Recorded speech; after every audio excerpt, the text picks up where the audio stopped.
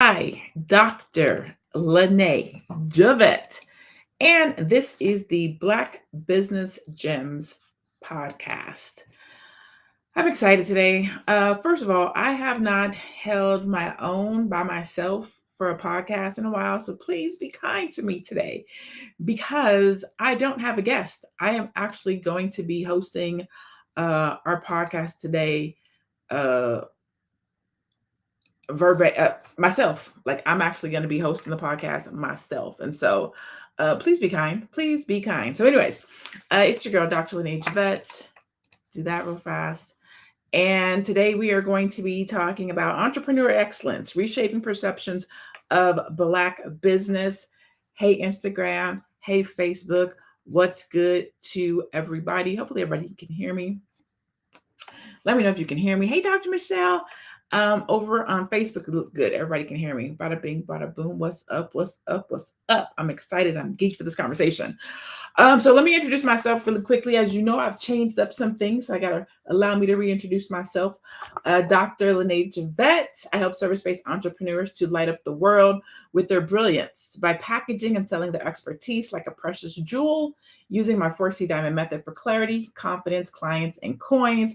I specialize in creating thriving multiple 6 and 7 figure Black owned businesses. That's important. I got to say that part that make a sparkling impact. And so today we're going to be talking about rebuking Black stereotypes relative to business in the name of Jesus, right? So we're going to be rebuking, how do we rebuke Black stereotypes in Black owned businesses? And so that is one of my passions. I hate it when I hear people talk about Black owned businesses in a negative light, or people say that's why I don't support Black owned businesses, or it's like hearing the chalkboard. So I wanted to address a couple of things today. One, I want to talk about what some of these Black owned stereotypes are, but two, which is the most important thing, I want to talk about how do we address them, how do we fix them, how do we still support our businesses in spite of them, but mostly solutions, because I don't like to just talk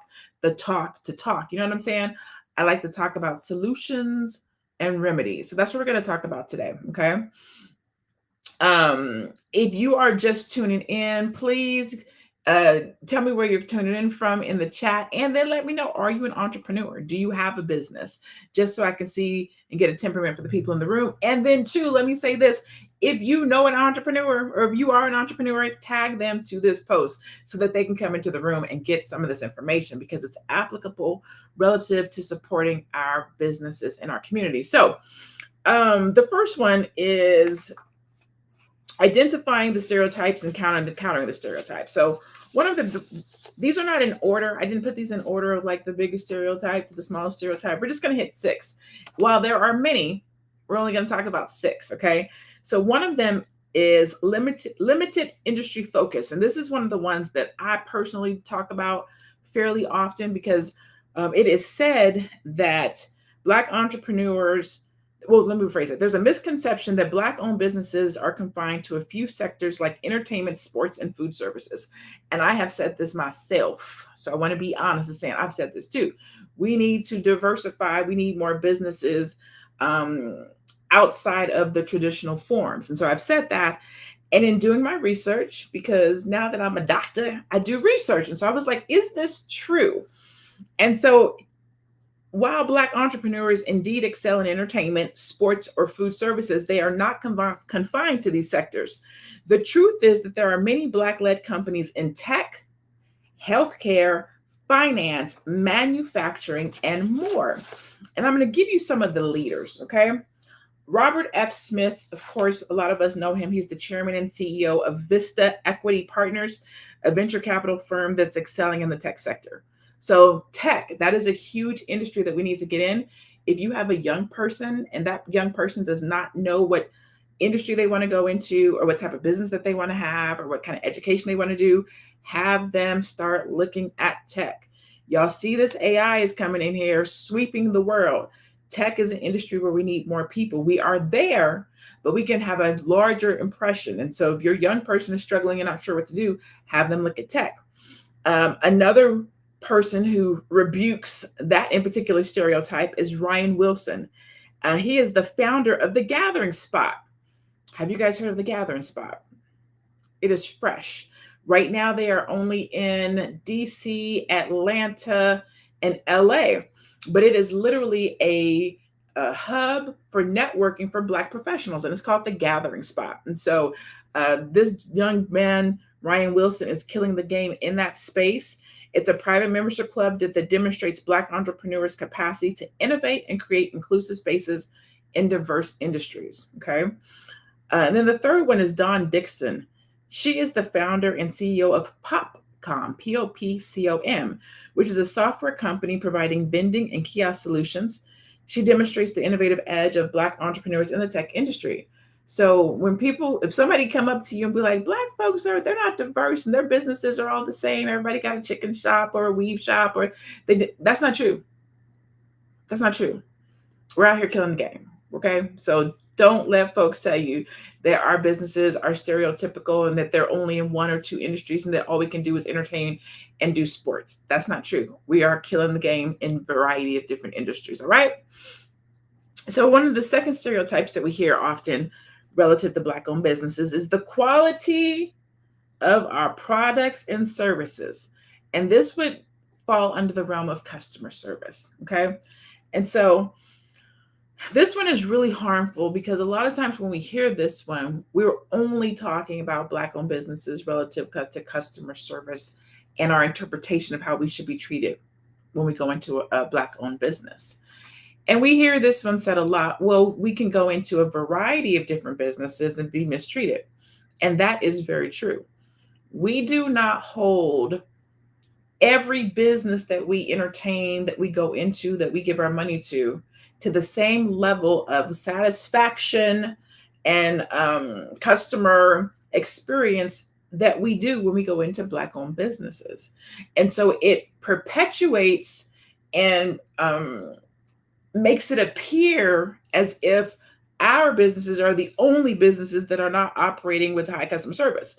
When we go to McDonald's, the mall, the car dealership to get your oil change, when you go into any of those places, their customer service is not top notch either. But we don't say anything about that. We don't even have a bar oftentimes when we go into these other businesses. But when we do business, one of our business, we walk in already on 10, like they better act right. They better give me the right service. My food better, like we walk in there already with the bar. And so anything that a Black business does to us is like, I knew it because we walked in expecting it. And so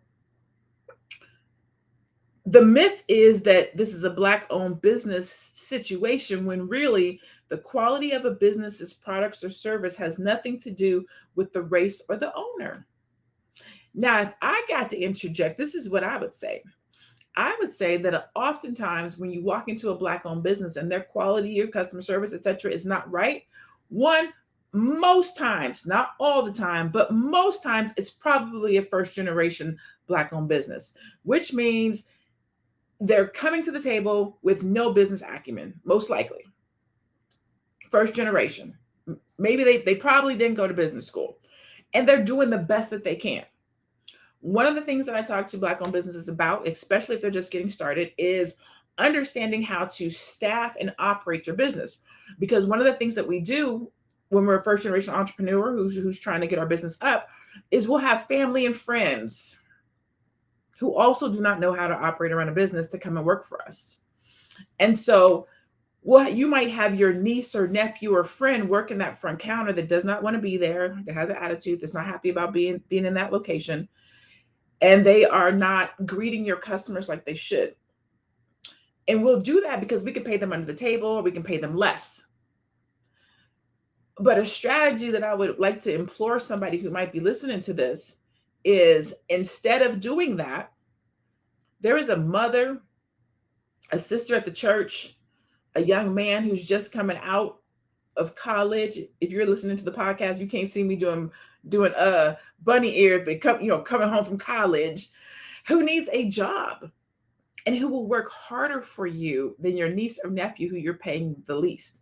So if we're talking about math, you might be paying a family friend, niece or nephew under the table $10, and they are killing your business and customer service. Whereas if you were to pay somebody a full rate, let's say $15 to $20, they need that job and they show up excited and energetic and ready to support and service your customers. And now you have a plethora or an overflow of customers coming in because the customer service is right. So sometimes we will try to cut corners in our business to save money, when really, if we were to make an investment in our business, we would make more money because our customer service would be better, our operations would be better, the people that we're servicing would have a better customer experience. Okay. So it's one of those things where it is a myth. The ice is not better. The ice is not colder someplace else. A lot of companies don't have great customer service, not just us's, okay? But there is a way for us to provide better customer service by making those types of investments into our business, looking at who we have working with us, alongside us, because that ultimately determines how other people will see our business and do business with us. Can I get an amen in the chat? I see an exactly. That's my intent. I knew I was on the right path. Come on, married one. Over here, Aston Williams said 100. Pinkberry said hi. Hey, Wendy. Okay. Africa the Great said growth and development, lawn services of Zion, Illinois. Shout out to you. Let's see. I'm so sick of that with our own. Yes. Here's the thing. We do have to hold ourselves accountable. I am not saying we don't hold ourselves accountable. That's not what I'm saying. What I'm saying is we can't hold ourselves to a higher bar than we hold anybody else to. We can expect more. We can operate in excellence. Those things are great. But if you don't walk into McDonald's talking about my better be this way, and you don't walk into Dillard's, or if you don't walk into any other business with the same level of expectancy that you do a Black business, then you can't do what Black businesses. I'm just saying we have to give and receive. And if I'm be honest, I give Black businesses a little bit more grace. Like, I give them more grace than what I give McDonald's. I don't even eat McDonald's, but if I'm at a restaurant, shall we say, or if I'm shopping someplace, I give those businesses way more, this shit better be right, than I do a Black-owned business. They have more resources. They pay better. You know what I'm saying? They have all the things. So I expect them to do everything right. I'm going to give a Black-owned business a little bit more grace. Okay, just a little bit more grace because I know that they have less, right? So stereotype number 2 was about quality of products and services. It's a harmful stereotype. The quality of a business's products or services has nothing to do with the race of the owner. And there are many Black-owned businesses that provide excellent quality in their industries. This is a great time in the chat. If you have done business with a great Black-owned business recently in the last 3 to 6 months, tag them in the chat. Let them know that you have received good business from them, that you have received good service from them, because we often complain about the services that we received at a business that was not good, but we very rarely say thank you for the good service that you did. I appreciate you for getting me my stuff on time, because we expect it. Like, you're supposed to do that. I get it. You don't get a cookie for doing what you're supposed to do, but it's still nice to get a little pat on the back. Like, I see you, sis. Thank you so much. I see you, sir. Thank you so much. So if you have done business with a good Black-owned business recently, tag them. Let them know. Okay. Here's 3 businesses that are killing the game in their industries. Number 1, we can look at Tristan Walker's company, Walker and Company brands. Their Bevel brand has disrupted the market, offering grooming products specifically designed for people of color. And his brand is known for its high quality grooming products. Shout out to the Black-owned business with the high quality grooming products. Another one is Minted Cosmetics, founded by KJ Miller and Amanda Johnson. It's celebrated for its superior quality makeup that caters to a diverse range of skin tones. So again, another one. And I actually buy these eyebrows are brought to you by Minted Cosmetics. Not sponsored posts, but they do have some good makeup, ladies. And then the other one is the McBride Sisters Collection, owned by sisters Robin and Andrea McBride. It's recognized for producing top quality wines that resonate with the broad audience. They make good wine too, just so y'all know. Not only are they Two Black sisters that are killing the game in the wine industry. Their product is good. Their branding is good. Their packaging is good. They get the product to you on time. So we are doing good business out here in these internet streets. Okay. So stereotype number 3 is that Black-owned businesses are limited in their ability to scale and reach. That's a stereotype that we hear. Some people believe that Black-owned businesses cater solely to Black communities and or cannot scale to large corporations, basically saying that we start these Black-owned businesses and we only service Black-owned businesses because nobody else wants to do business with us. That is a lie from the devil. That is a lie from the pits of hell. That is a lie from the top of Mountain Caucasoid. Like, it is not true. And it's misleading. Many Black-owned businesses serve diverse customers and have tremendous growth potential, demonstrating impressive scalability and broad customer appeal. For example, because I don't want to just be telling y'all this, like, I want y'all to know I did some research. Like, I actually looked up to see who are these companies, right? One is Shonda Rhimes, which we all are pretty much so familiar with. Shonda is killing the game. Her company, Shondaland, has produced multiple hit series and garnered a diverse global audience. The girl writes Black stuff, white stuff, all different kinds of stuff, and everybody wants a piece of it. Okay. Janice Bryant Howroyd, hopefully I'm saying her name right. She is the founder of Act One Group. She has grown into the largest privately held, woman-owned workforce solutions company in the United States. Black-owned. Has anybody ever looked for a job at Act One before? I have. If you're listening to the podcast, my hand is raised. I remember when I was employed, I walked into an Act One before to get a job. And then later, many years later, found out it was Black owned and felt so much pride and joy having been able to support a Black woman owned business. And now she is the largest privately owned woman held business. Shout out to her. Somebody give some thumbs up, a clap. Actually, throw a gem in the comments because that's fresh. She should be celebrated. And then we have this one. Now, this one's a little bit controversial. Okay, this one's controversial. I'm going to say his name wrong, but it's Richelieu Dennis. He's the founder of Sundial Brands, which created Shea Moisture. Okay. They grew that business to serve diverse customers, and the company was later acquired by Unilever in a multi-million-dollar deal. Now, I know, us as Black people, we feel some kind of way. We feel violated when a Black-owned business grows their business and then sells. We feel like that was our cousin's business. Like, how you gonna sell out? We've been supporting you. You gonna go? But the thing is, as Black entrepreneurs, we have come up with the ideology of grow and scale instead of grow and sell. I'm going to say that again.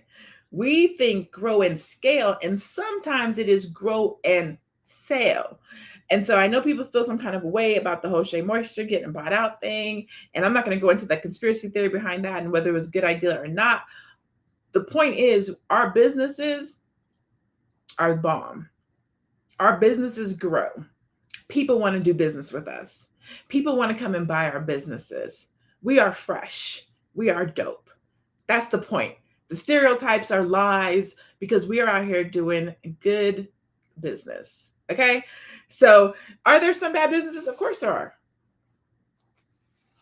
But all Black-owned businesses are not stereotypical. All Black-owned businesses are not out here doing bad business. If you're just tuning in, I am Dr. LaNée Javet. This is the Black Business Gems podcast. I like to record it live because I like you guys to see me.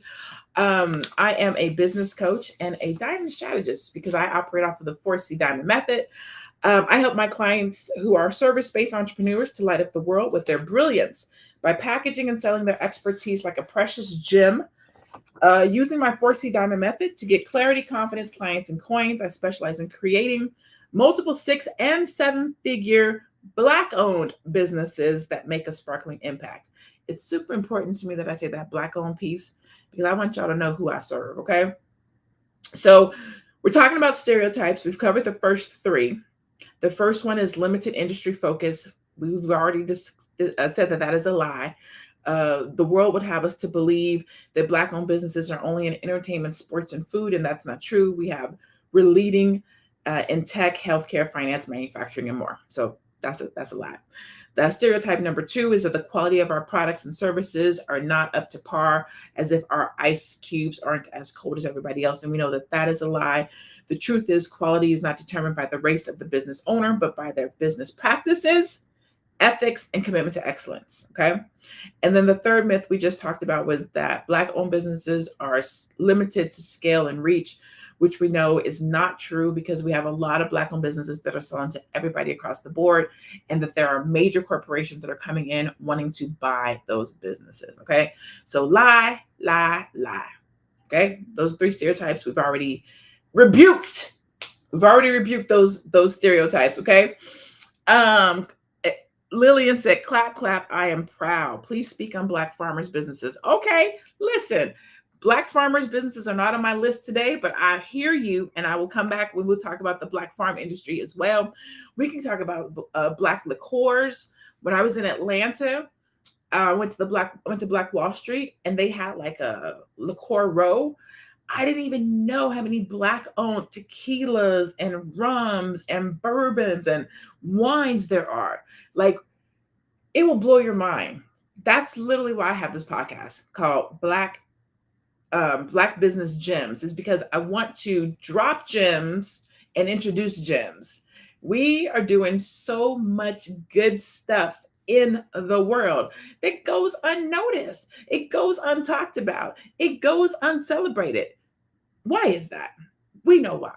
It's because it's us. And so in order for us to get the fame, the recognition, the pat on the back, the acknowledgement that we're supposed to get, we have to do it. And so I have signed up myself. I am on the committee of celebrating Black people, Black businesses, and I will be doing that through this podcast, Black Brilliance Gems, where we drop gems and introduce gems on a weekly basis. And so that's what it is.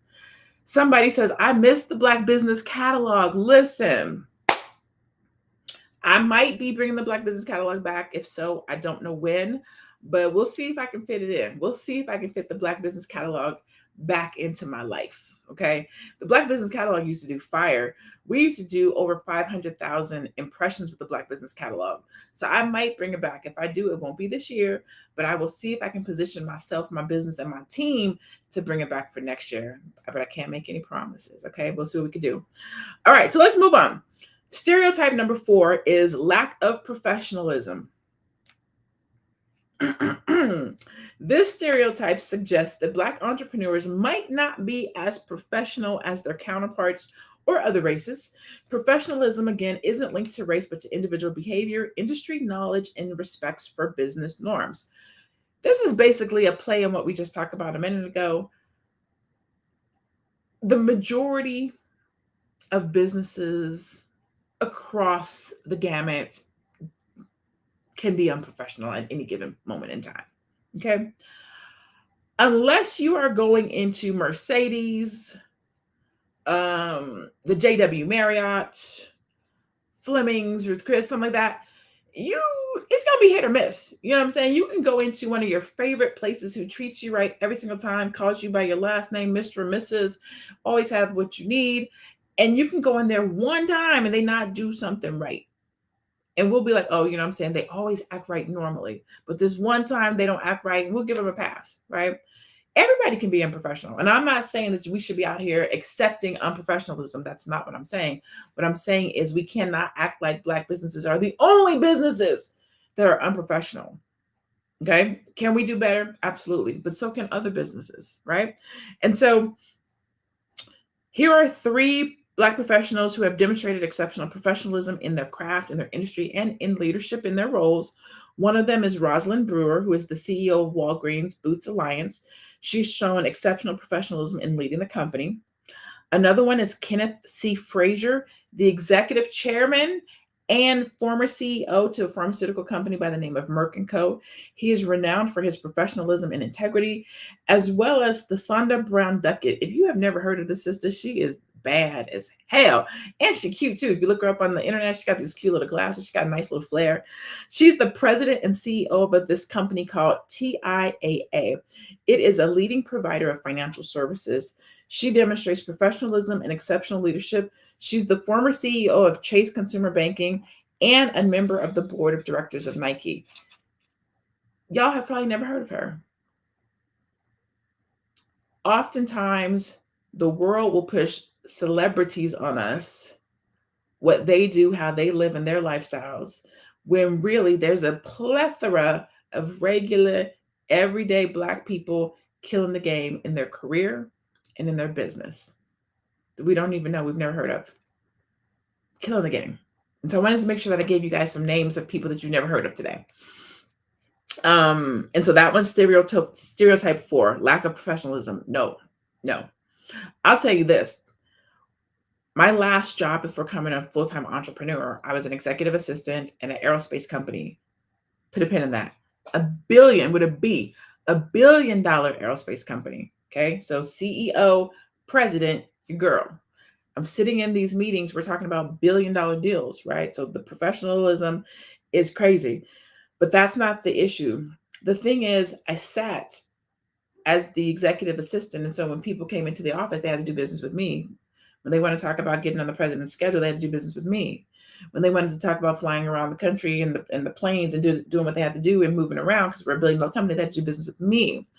And so things that I would hear would be like, wow, you speak so well. Like, how do you think I was going to speak? Or you're not what I expected. Well, what did you expect? Like, how did you think I was going to be sitting here talking? The Valley Girl thing definitely works for me. You know what I'm saying? Because they don't expect to hear that. Like, oh my God, you're this is my favorite. You're so articulate. Lady, I know how to speak. You know what I'm saying? Like, but anyways, professionalism, super important. I would always say when I get to work, I hang myself up, go in, do what I got to do. Bada bing, bada boom, do that, do this. Can we get that for you? Do this. It's on time. It's in your email. Everybody good? Everybody good? Cool. When I leave, boom, let's go. That code switching is for real. Somebody says, you sound different over the phone. Listen, man, those fools, they would be calling. I'd be like, thank you so much for calling. The name of the company. How can I help you? Oh, this is LaNée. And then when they would walk in, they would be like, I'm here to see LaNée. I'd be like, oh, that's me. You know, y'all know how those people, they like a ghost. Oh, I didn't know you were, they won't say Black though. They'll be like, oh, yeah, I'm here to see you. Show you right. Professionalism goes a long way. Okay, let me just say that. It goes a long way. Stereotype number 5, undercapitalized.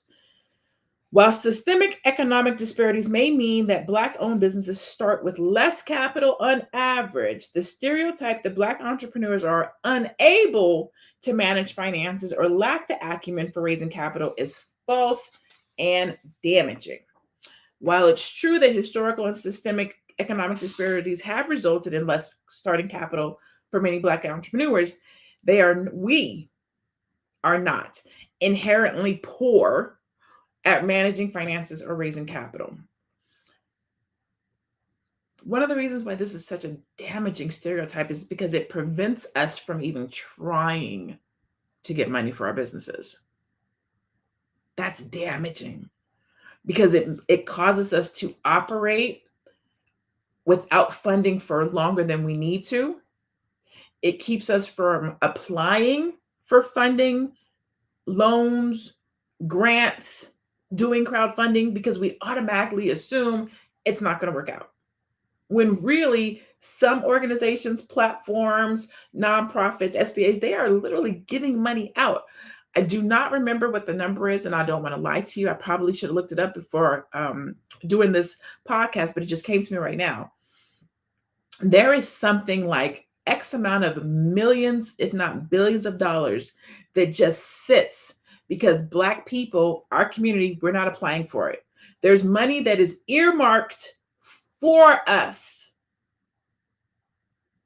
that sits because we don't apply for it. And so let me tell you what happens. Other nonprofits apply for this money saying that they're going to use it to help fund Black-owned businesses. So there's money set aside for us as Black entrepreneurs, as Black-owned businesses that we're not applying for. So other people that don't look like us go and apply for it and then hand it out to us. These grants that you see coming across, such and such and such is doing a grant for Black-owned businesses, such and such is doing a grant for Black-owned businesses. They applied for that money because we didn't apply for it. And now they're doling it out to us as a grant from their organization that they now manage because we didn't go and get it ourselves. So this stereotype about there not being capital is very damaging, because our businesses could actually have funding if we knew that there's money for us.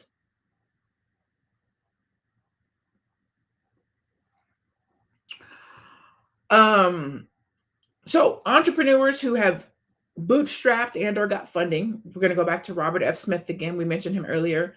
He founded Vista Equity Partners with capital from his personal finances and investment. Today, that company manages equity commitments over $73 billion with a B. $73 billion with a B. Another venture capitalist, Eric Moore, he's a founder, managing director of Base Ventures. He bootstrapped his venture capital firm, starting with his own capital before raising funds from investors. His firm has since backed many successful companies. And then the third one is Rodney Sampson. He's a partner at 100 Black Angels and Allies Fund. He plays a vital role in financing promising startups and empowering Black entrepreneurs. This fund aims to invest $50 million into Black-led startups and funds. I'm going to say the name of this company again, because if you are an entrepreneur and you are looking for funding, you need to know this. The name of this company is 100 Black Angels and Allies Fund. There is money for Black-owned businesses. Do not let people tell you that we don't have money. You might not be able to walk into your local bank and get money, but there is money on tables out here for that people want to give to you. Look for it, find it. Don't believe that there's no money. Don't let your business struggle or suffer or not have the financing that it needs in order to be successful. Okay? And then stereotype number 6, which is the last one on my list. Again, there's a gazillion stereotypes, but these were the ones I wanted to focus on today, is less innovative. Lastly, some people may stereotype Black-owned businesses as being less innovative. Again, innovation isn't determined by the race or ethnicity of a business owner. And there are countless innovative businesses owned by Black entrepreneurs who are leading innovations in their field. One of them is Dr. Ayana Howard. She is the co-founder of Zyrobotics. She uses advanced technology to develop educational products for children with differing abilities. That is so dope. I love to hear Black-owned businesses that are thinking outside the box and doing businesses that we don't normally traditionally see. That makes my heart happy. We also have Ryan Williams, co-founder of Jopwell. Ryan is revolutionizing the recruitment industry by increasing job visibility and opportunities for Black, Latinx, and Native American students and professionals. And then we have Jessica O. Matthews, who is the founder of Uncharted Power. She invented Socket, an energy-generating soccer ball, and is continually innovating in the renewable energy sector.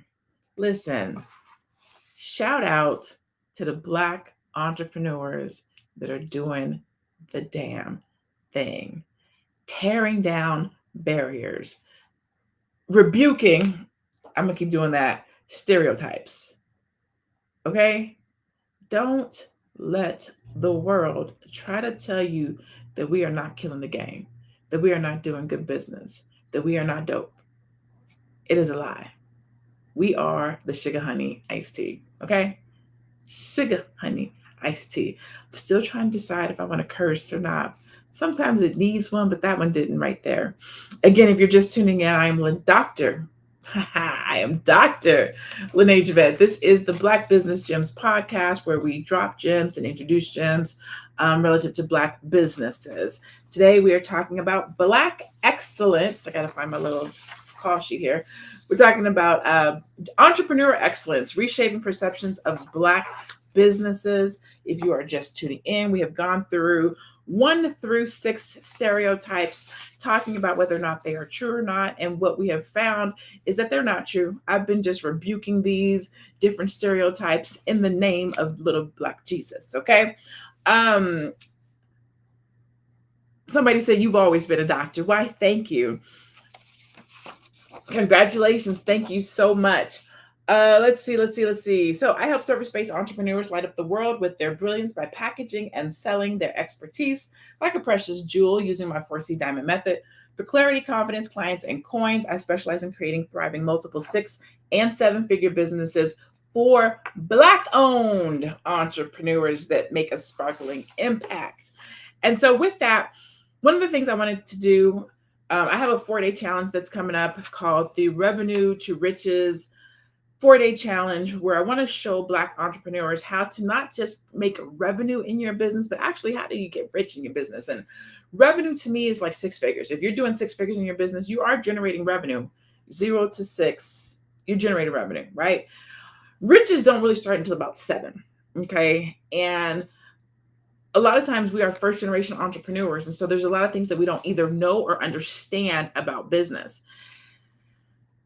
I will tell you the honest to goodness truth. Getting a MBA did not teach me about business. It didn't. Getting the PhD, that did not teach me about business either. How I learned about business was doing business, was operating businesses, was running businesses. Again, I was an executive assistant at a $1 billion company, billion with a B, sitting in strategy meetings, talking about $700 million deals. That is what made me good at what I do. Building a 6-figure business, building a 7-figure business, you can't learn it at school. I learned it by literally being in the trenches. Dr. Boyce Watkins is one of my biggest clients, helping him to build the Black Business School, do the All Black National Convention. Things like that is what helped me to become who I am and to learn how to do business. And so what I've done is over the last 10 years that I've been a full-time entrepreneur, I took everything that I know and I was like, what is it that people need? Where are they really struggling at? And it came down to 4 things. They're struggling with getting clear on their business objectives. So they a lot of times as Black business owners, we start businesses because we want to be an entrepreneur. We want to control our time freedom. We want to control our financial freedom. And so we'll start a business, but we really don't have the business acumen. And so we're not clear on what our business objective is. And so clarity is like one of the main reasons that people come to me. The other thing that I see is that they need confidence, whether that confidence is in their brand, the product or service that they offer, but most importantly, the pricing. We underprice, we undercut ourselves, we undersell ourselves. And a lot of that has to do with the stereotypes that are associated with Black-owned businesses, which is why I teach and preach my clients and customers, do not compete on price, compete on value. When you compete on value, you can be confident in what you're offering. So that's why clarity is the first piece that I talk about. Confidence is the second. If you get those 2 things under control, the clients come, because now you can identify who you're really supposed to be serving, who you're supposed to be getting in front of, how you're supposed to be serving these individuals. And then they are attracted to your light, which ultimately leads to touching the coins. So that's why I was like, oh, what I do is very simple. I help my clients get clarity, confidence, clients, and coins. And that's what I want to do for Black-owned businesses. That's how I can contribute to helping Black-owned businesses rebuke stereotypes. Okay. Somebody says, shout out Dr. Boyce. Yes, shout out Dr. Boyce. I'm on a couple of his platforms over here right now. And so if you would like to join me next week, I have a 4-day free challenge. Let me just say, I'm so happy to be able to do something for free. Like, I'm geeked to be able to offer something for free. Okay. I'm going to put this over here in Instagram real quick, just because they don't get to see what you guys get to see over here on Facebook, which is the QR code as well as the ticker at the bottom. If you go to www.revenue2, which is TO riches.com, you can get signed up for this free 4-day challenge, where I'm going to be showing Black-owned business owners and entrepreneurs how to get clarity, confidence, clients, and coins so that you can go from revenue to riches. I'm going to show you how to create your brilliant path to from 6 to 7 figures. Okay. I don't want us to struggle in our business. We can't hire other people if we're struggling in our business. We can't live the life we want to live if we're struggling in our business. I'm tired of seeing people who flex on the gram and then run into them in real life and they're not flexing. I'm tired. I don't want to do that no more. I want you to be able to flex in real life. I want you to have money on repeat. I want you to be clear in the business that you offer. I want you to have confidence in the business that you offer. I want the right clients to be able to identify you as being the expert or the person who has what they need. And I want you to have coins. And so if you would like to join me next week, I have a 4-day conference. Again, go to www.revenuetoriches.com. If you're on Instagram, the link is in my bio, or I just posted it right there in the thread. If you are on Facebook, you can see the QR code over here, but you can also see the link down below. And it is in the what do you call that thing? The descriptor. Okay. So if it's something that you're interested in, please let's go out here and make it do what it do. All right. I love you. I know that you don't want to have a stereotypical business, and I pray that you do not. But if you do, let's fix it. Let's get it together. Let's make it right. Okay. Any questions for me? I'm done. I'm done. I'm done. I'm done. I'm done. Any questions about stereotypes? Any questions about your business? Anything that you would like to know that I can tell you about myself or business? This is the time to ask it. Oops, someone just scanned the QR code and said, I need to be in the building. Come through. Davina Lyons says, love and appreciate you. Thank you so much. Gotta go. Take care, everyone. Keep shining. Thank you, Dr. Michelle. Let's see. So how do we find this funding for BOBs? Ooh, Shantae Moore asked this question. That is such a good question. So if you Google Black business loans, you're going to get a plethora. If you Google Black business grants, you're going to get a plethora. If you Google Black business nonprofit funding, you're going to get a plethora. So you just have to look for it. That's the crazy part. It's just out there. It's not even hiding from us. It's readily available and out there. One of the things that I'm going to be doing, and in these next probably 3 to 6 months, is I'm going to have my business certified as not as a nonprofit. I'm going to have my business certified as a minority woman-owned business. I'm going to be getting those certifications because those things help with regards to like government contracts and things of that nature. One of the other things I'm going to be doing is I have a client called Black and Global Business Network, and she shows Black-owned businesses here in the United States how to do business internationally with other Black businesses in other countries. And what we don't know is that the United States government has a budget, and they pay for businesses in the United States. I'm sorry.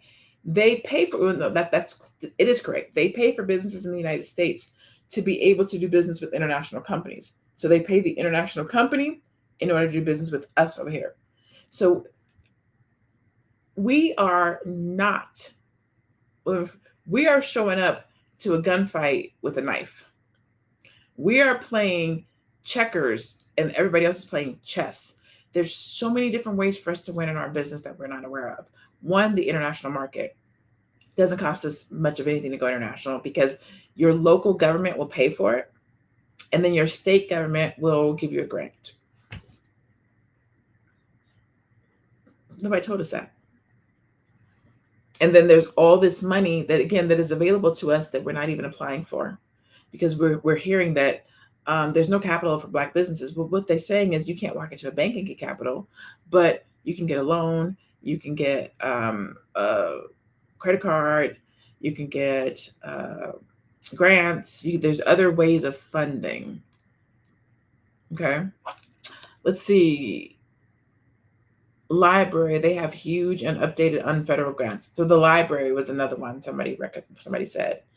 Pink Berry Blue says, I already got mine. I appreciate you so much, Dr. LaNée. You're so welcome. Wow, Sheena Bautista. Hey, hey, hey. All right, let's see. Because we don't apply, this millionaire in my neighborhood is begging to get Black youth in his program because the money is sitting. Listen, there's so much money earmarked for Black people, for Black stuff, for Black businesses, for Black innovation, for Black whatever you want to call it. There, it's just sitting there. It's sitting there in a way that other communities are going to get it so that they can doll it out to us. That's the craziest thing. We're not applying for it, so somebody else is going to get it and saying, I'm gonna go get it and give it to you. That's crazy. That's our money. And we're over here talking about there's no money for Black people. There is. There is money for Black people. Anywho. Somebody says I would definitely watch the replay. Awesome. You've always been a doctor. Thank you so much. Shout out Dr. Boys. Absolutely. What about stocks? So this in particular conversation right here is really focused on entrepreneurs. So as myself, for me, I can only give you my opinion. I believe the Black economic empowerment is going to come through entrepreneurship, but that's my stance. I know people do real estate, and I know people do stocks and other things, and God bless those individuals and those other avenues towards wealth. My specialty is entrepreneurship. That's how I help people to build their business. I have clients that are doing 6 figures in a month. I have a client that had a $230,000 month. So for me, how I help, what I'm good at is helping people, helping entrepreneurs to get clear in their business, get confident in the business that they're offering, identify their clients, and make money. That's how I impact the world, specifically Black people, specifically the Black community, specifically Black families. I do it through entrepreneurship. All right. With that being said, I'm going to go ahead and conclude our episode of the Black Business Gems podcast. I do expect that I'll be doing this once a week, the podcast piece. You can catch me live on any one of my personal business platforms at I am Dr. LaNée Javet. The podcast I will do once a week. Normally, I am interviewing somebody because at the Black Business Gems, I want to introduce you to gems and I want to drop gems. Today, it was just me because this thing around the stereotypes is super on my heart. Like, it's on my heart. I don't want that to be us. And so my goal is to make sure that I am teaching about business to Black people. My goal is to make sure that everybody that is Black understands and knows my 4C diamond method, that you have clarity, that you have confidence, that you are getting clients, and that you are getting coins, because that is how we elevate. That is how we win. Okay. Shalom. Thank you so much for being here on today. Please join me next week for the 4-day Revenue to Riches, the Brilliant Path from 6 to 7 Figures Challenge. It is going to be, you do get replay access. So if you can't make it live, you do get to watch the replay. Okay. Do you teach online courses? I do teach online courses. I absolutely do. Somebody said another fire episode. Why? Thank you. Thank you so much. Awesome. Thank you. You're so welcome. I appreciate you guys. And I thank you guys for welcoming me back online with so much love. A lot of you know I just finished my doctorate. I've been in school for the last 5 years. And so I've been running my business. My business has been doing amazing. My clients have been doing amazing, but I haven't been in the front of my business. So you guys haven't seen my face in a while. And so I'm gearing back up. LL Cool J said, don't call it a comeback, but it really is a comeback. And so I'm just trying to get comfortable being back online. And so I appreciate all the love and the support as I find my way back to my new regular as Dr. LaNée Javet, the Diamond Strategist, utilizing my 4C Diamond Method. So you guys have a great rest of your day. I will see you guys next week for the Revenue to Riches Challenge. With that, be blessed, stay beautiful, and be Black.